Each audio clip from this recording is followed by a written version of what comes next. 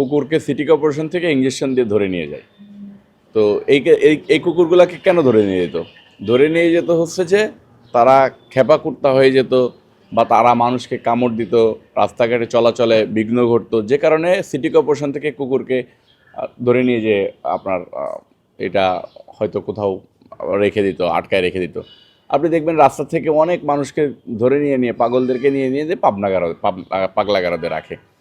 তো আপনারা যার ব্যাপারে বলতেছেন, আমার কাছে মনে হয় যে মাদক খাইতে খাইতে দেখবেন যে দাঁত কাত লাল টাল হয়ে গেছে, আর কেমন কেমন করে বডি ল্যাঙ্গুয়েজ দিয়ে হাসে।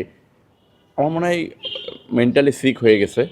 এর বিরুদ্ধে মামলা করলে আসলে পুলিশ প্রশাসন কি করবে? পুলিশ প্রশাসন মনে করবে যে এটা ধরে আনলে হয়তো আমার গাড়ি একটা কামড় দিয়ে দিল, বিষ বসে গেল।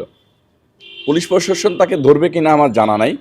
তবে আমার মতে, আমার যেটা দৃষ্টিতে মনে হয় যে সরকার যদি সমালোচনাকে উপেক্ষা করে তাকে ধরে নিয়ে পাবনায় টাবনায় রেখে আসে, বা কোনো রিহ্যাবে রেখে আসে, এটা সরকারের উচিত হবে।